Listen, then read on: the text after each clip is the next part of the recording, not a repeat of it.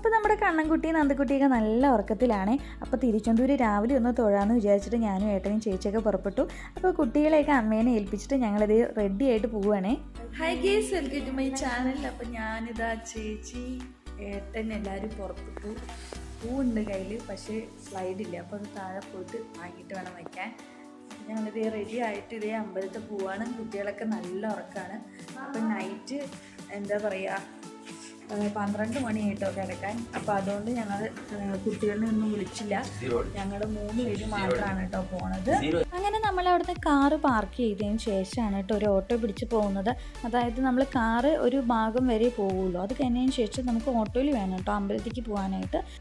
അങ്ങനെ ഞങ്ങൾ അമ്പലത്തിൽ എത്തിയിട്ട് ഇതേ നടന്നുകൊണ്ടിരിക്കുകയാണ് കേട്ടോ. അപ്പോൾ ഈ സൈഡ് മൊത്തം ക്യൂ നിന്നുകൊണ്ടിരിക്കുകയാണ് ആൾക്കാർ. ഞങ്ങൾ പിന്നീടാണ് അറിഞ്ഞത് 100 രൂപയുടെ ക്യൂ ആണത്. അതായത് 100 രൂപയുടെ ടിക്കറ്റ് എടുക്കാൻ വേണ്ടിയിട്ടുള്ള ക്യൂ ആണിത്. ഇതല്ലാതെ തന്നെ ഫ്രീ ദർശനമുണ്ട്, അത് തൊട്ടപ്പുറത്താണ് കേട്ടോ. പക്ഷേ ഇതിനേക്കാട്ടിലും തിരക്കായിരിക്കും. അപ്പോൾ സമയം ഒരു 5:15 ഇനി എത്ര നേരം ആവും അറിയില്ല. 8 മണിയാവും തോന്നുന്നു എഴുതിറങ്ങുമ്പോൾ.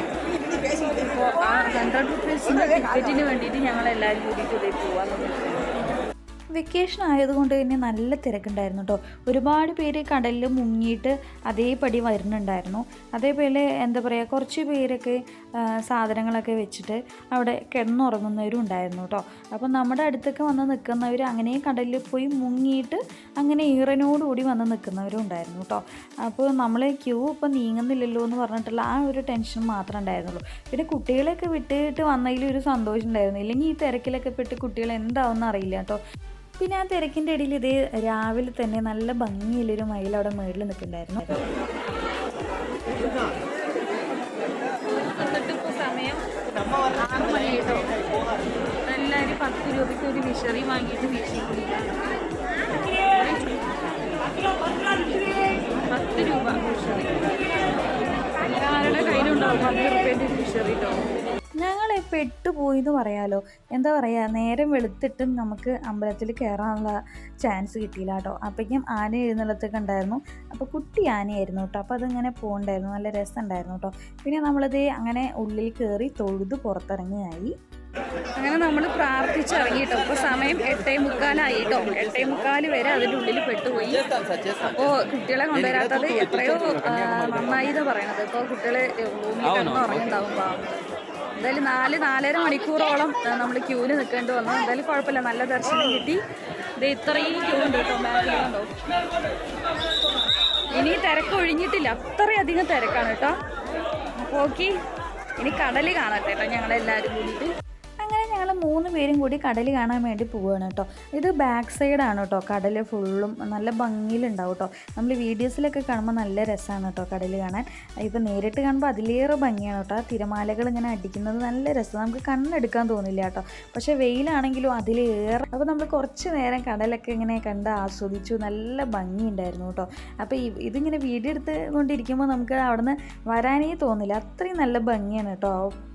പിന്നെ നോക്കുമ്പോൾ നമ്മുടെ നാട്ടിലൊക്കെ ഏറെ സുപരിചിതമാണ് കേട്ടോ ഈ ഒരു പൊങ്ങെന്ന് പറഞ്ഞു കഴിഞ്ഞാൽ. പക്ഷേ ഇത് നമുക്കൊന്നും അത്ര വാല്യൂ നമ്മൾ കൊടുക്കാറില്ല.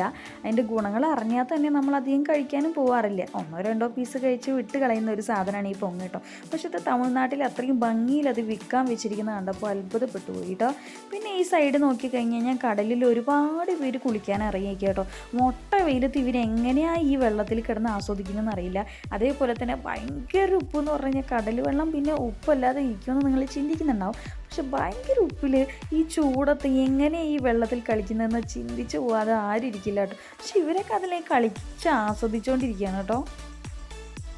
ഞങ്ങളങ്ങനെ ഒരുപാട് നേരം അവിടെ നിന്നില്ല കേട്ടോ. റൂമിൽ കുട്ടികളുള്ളതും കൊണ്ട് തന്നെ കുറച്ച് നേരം ഓരോ ഭാഗം ഒന്ന് നോക്കിയതിന് ശേഷം നമ്മൾ അവിടെ നിന്ന് ഇറങ്ങുകയാണ് കേട്ടോ ചെയ്തത്.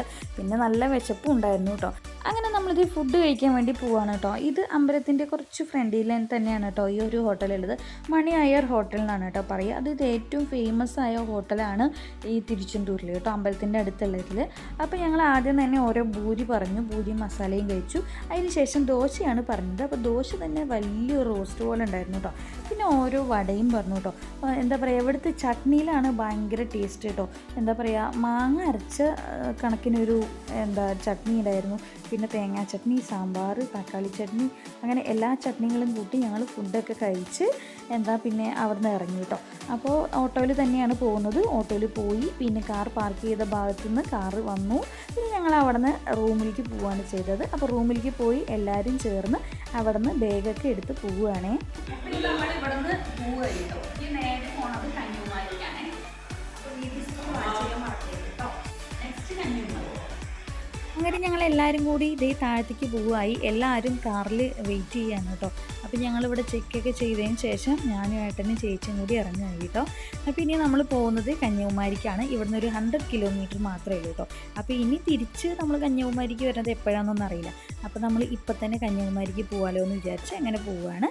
അപ്പോൾ വീഡിയോസൊക്കെ ഇഷ്ടമായ ഒന്ന് സബ്സ്ക്രൈബ് ചെയ്ത് സപ്പോർട്ട് ചെയ്യാൻ മറക്കല്ലേ.